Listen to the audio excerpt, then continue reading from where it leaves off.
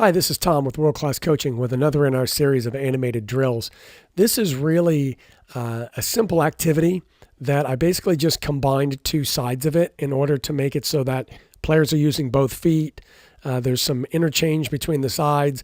It just adds some variety to a normal triangle training drill.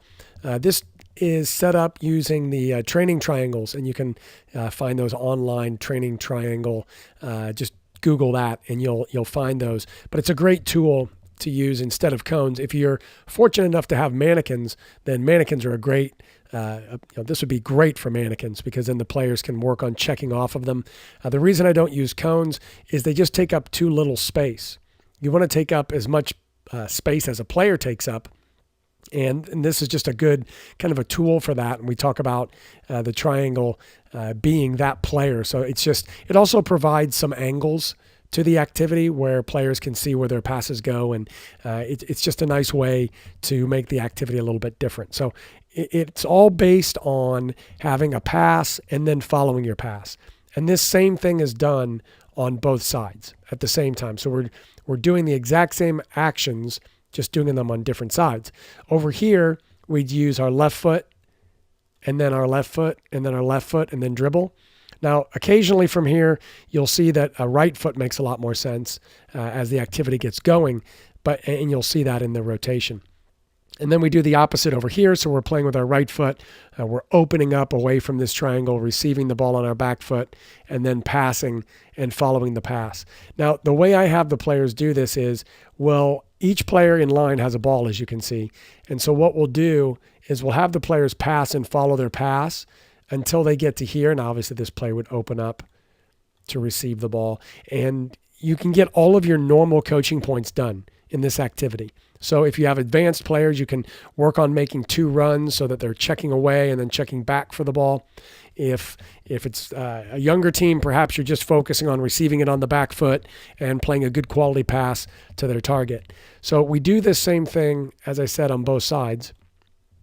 But then when the players get to this point where they're at the top of the triangle or the diamond, if you will, they're on the side of the diamond, if you will, then from here we have them dribble to the end of the other line. So they go, and I'll just use a different tool for that. It'll make it a little bit easier to see. So we have them dribble to this other side to join that other line.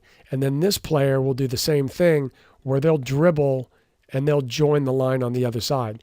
And obviously by doing this, then we have the players switching sides so that they can use the right foot on, or the left foot, I should say, on this side and the right foot on this side. Now, going back to which foot you use, you can see as the player comes in here, then using their right foot to make that pass is going to make more sense. So occasionally you'll see that, I'll tell the players that as well. If it makes more sense to use the right foot, then use the right foot. If it makes more sense to use the left, use the left. You'll see that occasionally in these positions as well, depending on the type of pass that they receive. So if this player receives a pass that's way out of their feet on this side, it's just a poor pass, then they can use that front foot to receive the ball across their body and go that way. So don't get too stuck on which foot they're using. It's more important that they use the correct foot. So figuring out which is the correct foot to use. Again, depending on the level of your players, depends on how much of this you want to go into. But the reason I like this is it's a continuous pattern, so it's fantastic for warm-up. You can then build on this pattern to have the players, instead of just opening up and passing it there, they'll receive this pass, and instead of opening up to the next one, they'll lay it off to this player. And something I like to do is to have this player check into the ball. So we'll shorten this up. But have this player check into the ball, receive it, and then lay it back to this player who's followed their pass. And now this player backpedals to then receive the ball back again. And I won't draw that line because it'll just clutter it up. But you can see he checks in, receives the ball, lays it off, doesn't pass it back, but lays it off, and that's an important difference, to this player who's followed their pass, and then this player then knocks it back into the player after they've opened up. And you can imagine that in the game being a common action, where a player checks in for the ball, lays it back because of pressure, opens up to get the ball back, and then carries on opening up and playing the next pass to that player. You can add further complexity to this by after having this pass be made, and I'll copy this line here. After this pass is made around here, we'll have this player check to the ball, and we'll have the ball laid off again. Instead of just opening up, we want to have the player, I don't need two players there. We want the player to lay the ball off and then receive a through ball. Sometimes I'll hear coaches talk about this as a give and go.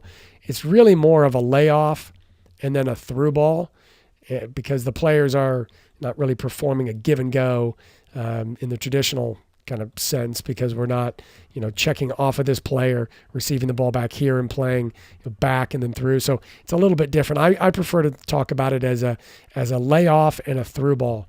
And so then this player finishes their run here to receive the ball. And I really want this pass to be in front of the player so that they have to run on to that pass.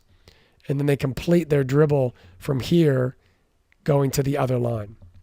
So you can do that on both sides, obviously. You could add different combinations. These are just the ones that I like to do. I also like to have different combinations being performed, different actions at each triangle, so that the players have to then think about, okay, which triangle am I at? Which combination am I doing here? So here I'm checking in, laying off, and then opening up. Here I'm checking in, laying off, but getting a through ball to dribble around the outside. So it's just slightly different. You can use other different patterns if you like, other different combination plays.